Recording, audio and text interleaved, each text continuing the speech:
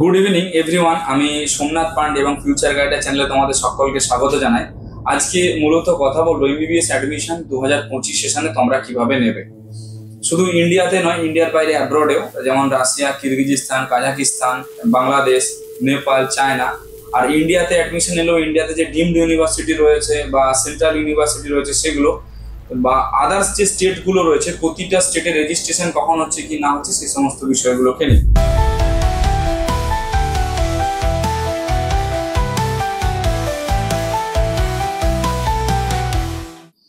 সবার প্রথমে যদি দেখি যে কাউন্সিলিং ওয়েস্ট বেঙ্গলে বা ইন্ডিয়াতে দুরকম ভাবে হয়।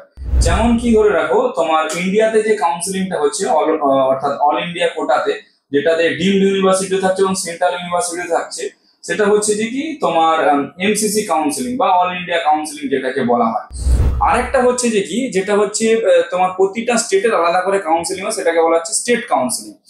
স্টেট কাউন্সিলিং এ তোমার হচ্ছে স্টেট কোটা থাকে এবং ম্যানেজমেন্ট কোটা থাকে, সেটা শুধুমাত্র ওয়েস্ট বেঙ্গলে। বাদ বাকি স্টেট যতগুলো স্টেট রয়েছে প্রতিটা স্টেটে শুধু ম্যানেজমেন্ট কোটা থাকে, কোনো প্রকার কিন্তু স্টেট কোটা থাকে না। ম্যানেজমেন্ট কোটা যা ফিস আছে সেই ফিস দিয়ে অ্যাডমিশন নিতে হয় আদার স্টেট গুলোতে। ওয়েস্ট বেঙ্গল স্টেটে একমাত্র দুটো কোটা রয়েছে, যেটা হচ্ছে স্টেট কোটা, ম্যানেজমেন্ট কোটা। আরেকটা যে কোটা হয়, যেটা সব কোটা স্টেটেই থাকে, সেটা হচ্ছে এনআরআই কোটা, অর্থাৎ নন রেসিডেন্সিয়াল ইন্ডিয়া। সেটা তোমার ওয়েস্ট বেঙ্গলে বলো বা তোমার আদার স্টেটে বলো বা ডিমড ইউনিভার্সিটিতে বলো, সমস্ত স্টেটেই কিন্তু এনআরআই কোটাটা থাকে। বা যে কোনো কাউন্সিলিং এর থ্রু দিয়ে তোমরা এনআরআই কোটাতে অ্যাডমিশন নিতে পারো। যদি দেখি যে অ্যাডমিশন নেওয়ার প্রসেস কি রয়েছে, সেটা হচ্ছে যে কি দু রকমের কাউন্সিলিং থাকে। একটা হচ্ছে এমসিসি দ্বারা কাউন্সিলিং, যেটাকে অল ইন্ডিয়া কাউন্সিলিং বলা হয়। আর একটা হচ্ছে তোমার প্রতিটা স্টেটে ডিফারেন্ট ভাবে রেজিস্ট্রেশন করে কাউন্সিলিং করতে হয়। কোন স্টেটে সিকিউরিটি মানি লাগে, কোন স্টেটে সিকিউরিটি মানি লাগে না। টোটাল 4টে রাউন্ড হয়, first round, second round, third round এবং স্টে ভ্যাকেন্সি রাউন্ড। 4টে রাউন্ডের মাধ্যমে অ্যাডমিশন গুলো ক্লোজ হয়, সেটা এমসিসির ক্ষেত্রে বলো বা স্টেটের ক্ষেত্রে বলো।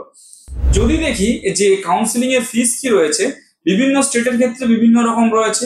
যেমন আমাদের ওয়েস্ট বেঙ্গলে যদি কেউ রেজিস্ট্রেশন করতে যায়, সেই ক্ষেত্রে 2000 টাকা করে রেজিস্ট্রেশন ফিস লাগে, কোনো প্রকার কোনো সিকিউরিটি মানি লাগে না। কিন্তু আদার স্টেটে তুমি যদি অ্যাডমিশন নিতে যাও, সেই ক্ষেত্রে তোমাকে কাউন্সিলিং এ পার্টিসিপেট করতে হচ্ছে। কাউন্সিলিং এ পার্টিসিপেট করতে গেলে সেইখানে তোমাদের ফিস পেমেন্ট করতে হচ্ছে, তাদের রেজিস্ট্রেশনের যে ফিস সেটা, অর্থাৎ কোন স্টেটে রয়েছে 5000, কোন স্টেটে রয়েছে 7000, সেটা।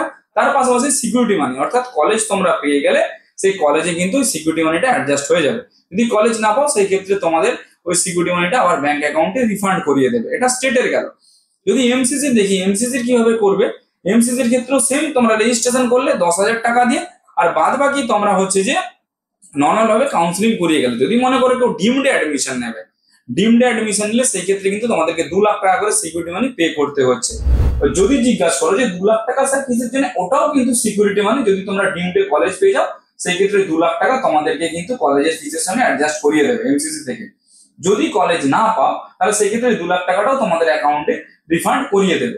এটা হচ্ছে তোমার কাউন্সিলিং এর প্রসিডিওর আমাদের ইন্ডিয়াতে। যদি ইন্ডিয়ার বাইরে কেউ অ্যাডমিশন নাও, সেই ক্ষেত্রে কি প্রসিডিওর রয়েছে, শুধুমাত্র বাংলাদেশ ছাড়া বাদ বাকি প্রতিটা কান্ট্রিতে তুমি যটাই ড্রপ থাকো না কেন, কোনো ম্যাটার করে না, নিট কোয়ালিফাই তোমাকে করতে হবে। আর প্রতিটা স্টেটের ক্ষেত্রে অ্যাডমিশনের যে প্রসিডিওর থাকে সেটা হচ্ছে সেম। ভিসাটা লাগে, নেপালে ভিসা লাগে না, ভিসা দিতে হয়, অ্যাডমিশন লেটার আসে, ইনভিটেশন লেটার আসে, এছাড়া ওখানকার একটা এক্সাম হয়, এক্সাম ক্লিয়ার করতে হয়, দেন তুমি অ্যাডমিশন নিতে পারবে। না হলে তোমার কিন্তু অ্যাডমিশনের জন্য তুমি এলিজিবল নয়। তো এটা হচ্ছে অ্যাব্রডের অ্যাডমিশনের ক্ষেত্রে প্রসিডিওর। যদি বলি যে আমরা কি সার্ভিস প্রোভাইড করছি, সেই জিনিসটা যদি দেখি, সবার শুরুতেই যেটা থাকছে সেটা হচ্ছে নিটের অ্যাপ্লিকেশন। নিটের অ্যাপ্লিকেশন থেকে শুরু করে তোমাদের সিটি সেন্টার স্লিপ বের করা, তার পাশাপাশি অ্যাডমিট কার্ড নিয়ে যাওয়া এবং এক্সামে অ্যাডমিট কার্ড দিয়ে নিয়ে যাবে, ওখানে কি ডকুমেন্টস লাগে সেগুলো প্রোভাইড করা। শুধু তাই নয়, রেজাল্ট বেরোনোর আগে, অর্থাৎ তোমাদের যে ওএমআর শিট বেরোচ্ছে, তোমাদের র্যাঙ্কটাকে প্রেডিক্ট করে দেওয়া, এবং র্যাঙ্ক প্রেডিক্ট করে দেওয়ার পর কাউন্সিলিং প্রসিডিওর যে শুরু হচ্ছে, কাউন্সিলিং প্রসিডিওর শুরু হওয়ার সময় কি কি ডকুমেন্টস লাগবে সেই ডকুমেন্টস গুলো রেডি করে দেওয়া, এবং কোন কোন স্টেটে তুমি কাউন্সিলিং করাবে সেটার একটা এস্টিমেটেড আলোচনা তোমাদের সঙ্গে করে নেওয়া। এইবারে ধরে রাখো তোমাদের বাজেট খুবই নিম্ন রয়েছে বা স্বল্প বাজেট রয়েছে, সেই বাজেট অনুযায়ী তুমি একটা বেস্ট কলেজ চাইছো, কোনো রকম ইয়ার নষ্ট করতে চাইছো না, সেটাও কিন্তু আমরা তোমাদের গাইড করে দিতে পারবো যে তোমরা তোমাদের বাজেট অনুযায়ী কোন দিকে সুইচ করতে পারবে। এই নয় যে শুধু তোমাকে ওয়েস্ট বেঙ্গল এই কলেজে অ্যাডমিশন নিতে হবে, অন্য কোনো কলেজে তুমি অ্যাডমিশন নিতে পারবে না। প্রচুর অপশন রয়েছে, হিউজ অপশন রয়েছে। এখন থেকে যদি তোমরা আমাদের থ্রু এনরোল করতে চাও তোমরা করতে পারো। আমাদের অলরেডি ব্যাচ সিস্টেমের স্টুডেন্ট বেরোচ্ছে, তো সেই ক্ষেত্রে আমরা তোমাদের যথেষ্ট পরিমাণে গাইড করে দেবো। যদি আমাদের পেড সার্ভিস তোমরা নিতে চাও, আমাদের পেড সার্ভিসটাও কিন্তু অ্যাভেলেবেল আছে। ভিডিওটা কেমন লাগলো একটু আমাকে জানিও, যদি একটু ইনফরমেটিভ বলে মনে হয় তাহলে সকলের সঙ্গে শেয়ার করে দিও। Thank you.